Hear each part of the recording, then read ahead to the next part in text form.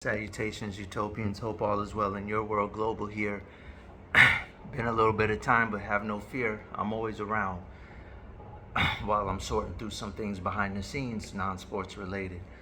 I want to talk a little bit about this record-setting first round WNBA playoffs. As you all know, um, there's been a record amount of three-game series. We are witnessing the Valkyries who got eliminated yesterday. Today, I'm stunned. The Fever defeated the Atlanta Dream, who top to bottom had every type of player you needed in order to win. However, they are in the first year with a new head coach, and so them going to the brink, uh, going the full three games, even though the Fever are without so many players. Obviously, Caitlin Clark, Petty, Bibby, uh, which Bibby wasn't a normal rotational piece, but definitely had its most. Sophie Cunningham, on the other hand, Caitlin's enforcer, that was definitely heart wrenching. And Sid Colson, they're missing some key vets, and somehow they're resilient. Kelsey Mitchell is on an unbelievable run. Uh, Whenever they decide to work out that CBA agreement, Kelsey Mitchell deserves the supermax if the WNBA has it after this new collective bargaining agreement. Been with the Fever all her entire career, has been absolute box office. There's not a single person on the planet that can get between her and the basket when she needs one. Just amazing player. Represented the Fever at the All-Star game. Just been amazing. Um, I wish Caitlin was playing. I would. This team is very special. Aaliyah Boston has been great. But I want to talk a little bit about. I want to talk about this later game though that we witnessed. So many Olympians, so many rich, uh, talented players. Obviously, Skylar Diggins from the Seattle side, the team that lost. Skylar Diggins, once upon a time, literally had the WNBA on her back. Eventually went on maternity leave, but from Tulsa to you know Phoenix to where she is now with Seattle, every place she's made it her home. She's put her signature on it. She put the WNBA at the award show. Prime Drake. I mean, she really had the world on her back. And her and Brittany Grinder, they are just amazing. What they did for the game at their time. She was like what Angel Reese and Caitlin are right now. Um, Nneka Ogwumike, you don't find a more professional player in the league. Shot over 50% every season she's been in the league. She's been in the league in the double digits now, well over a decade, and has never had a season under 50%, despite averaging more than, I think, like averaging more than 15 a game every season. So, Erica Wheeler, Brittany Sykes, who was second in free throws this year, only to Asia Wilson. As a guard, that's phenomenal and literally capable of 20 and 10 anytime. Erica Wheeler's been box office down the stretch. There's no moment too big for her. I love what the announcer said tonight, made a Ashanti reference. Not always there when you call, but I'm always on time. um, but first of all, the Aces have been amazing. Before Game Two's loss in Seattle, which, let me real quick, man, you know what they say, no good deed goes unpunished. Steve Ballmer, man, poor Steve Ballmer, he tried to make up for his word and moving by keeping the Clippers in Los Angeles. Man, he should have moved them to Seattle though, because he's a Microsoft co-founder. That crowd was amazing in that game too. It made me want to cover every single play. It made me wish I was in the booth calling the game. It was just amazing how electric that crowd is. It's absolute shame there's no Supersonics. It's cool seeing Sykes wear 20 with the Seattle jersey. Reminded me of Gary Payton in the glory years. But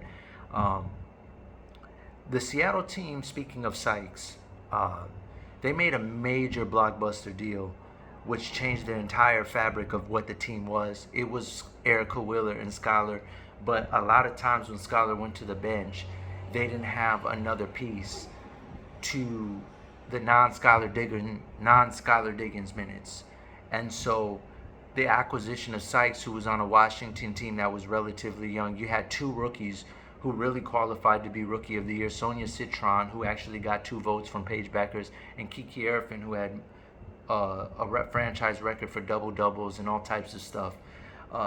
Inside out player, ran with Juju her final year at USC. And really has spread her wings with the Mystics. Actual better pro. I love to see that. Better pro than collegiate player. Not quite sure what happened in North Cal with Stanford, all the people they've lost. But anyways, when you make a drastic trade like that at the trade deadline, especially with Noelle Quinn, even though she's a former player, they won a Commissioner's Cup with her. It just takes a lot of adjustment, and there was just a lot of on-the-fly adjustment. And speaking of Paige Becker, Sonia Citron, Kiki Erfin, they had the second pick, and Dominique Malunga from France, who's already able to dunk. Went, out here, I think she could tip jam, and even, and she can contact dunk even. 3-level scorer who's still, fine tuning but willing and capable. 3-level scorer, her 3-point shot, but she's getting there. And just getting used to the game speed, physically, the dieting, the everything, making sure you're getting your calories, etc. You could tell it's all but the way she had to gradually grow through the season. She didn't even play in preseason. They warmed her up. She started off in single minutes. I don't even know if she played the first couple games. Registered a few DMPs to begin the season, where we're at the point like, where is she? Obviously, Izzy McNamore, who really earned herself another season in the league with the way she performed today. Not today, just all season. Every time people were trying to, and you know how hard it is when everyone knows you got this prodigy and Dom Malunga, and you got to keep your composure and keep showing up. And she never really lost her place and forced Noelle Quinn to figure out how to incorporate both of them at the same time.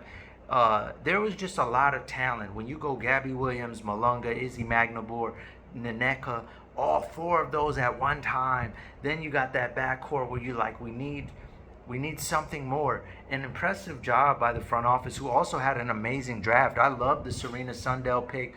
Westbeld, I think, was the other draft pick. They made some great picks. They had like 4 picks. I was really huge fan of the sharpshooter from TCU.